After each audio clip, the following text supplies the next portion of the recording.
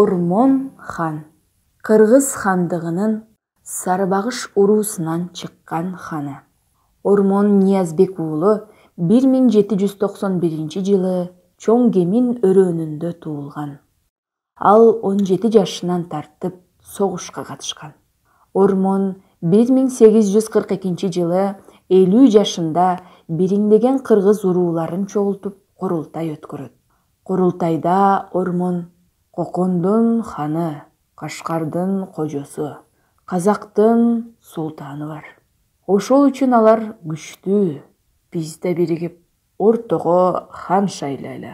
Ага бардык уруулар баш ийип турсун. Ошондо гана биз бекем мамлекетти курабыз деп кайрылат.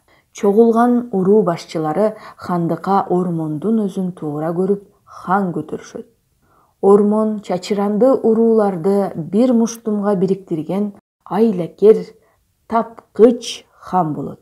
Ормон хан болуп турган убагында кыз ала качууга 40, ал эми киши өлтүрүүгө 150 жылкы айып салган. Уурулукка катуу тыюу салып, уруулар арасында темирдей бекем тартипти сактаган.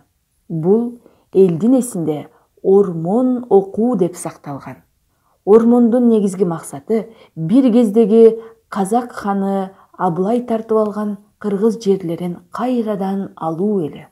Ормон ханга Ысык көлдүн күнгөйү менен тескейи жана чүй өрөөнү, ошондой эле Жумгал, Кочкор, Нарын жана Кетмен төбөдөгү кыргыздар баш ийген.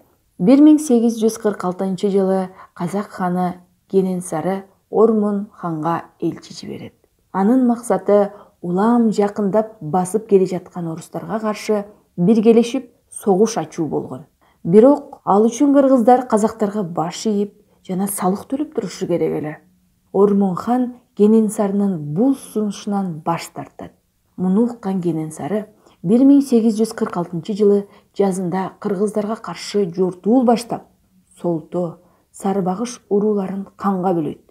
1847-жылдагы Казак-кыргыз согушунда Ормон хан жоонун үчүн алыш үчүн жигиттерин топ-топко бөлүп тоого жиберет. Аларга күндүзү чычырканак, карагай, тал сүйрөтүп, чаңды асманга сапыртып, түнкүсүн ар бир жоокерге 3төн от жактырат. Ал миңдеген аскер тоо ашып келип, өргүп жаткандай таасир калтырат. Муну көргөн казак колу түн жамынып четинен кача баштайт. Ошентип, бул салгылаш кыргыз жоокерлеринин 2 эсе көп казак жоокерлеринин жеңилүүсү менен аяктайт. Ормон хандын мындай амалы Ормон опуза деп аталып калган.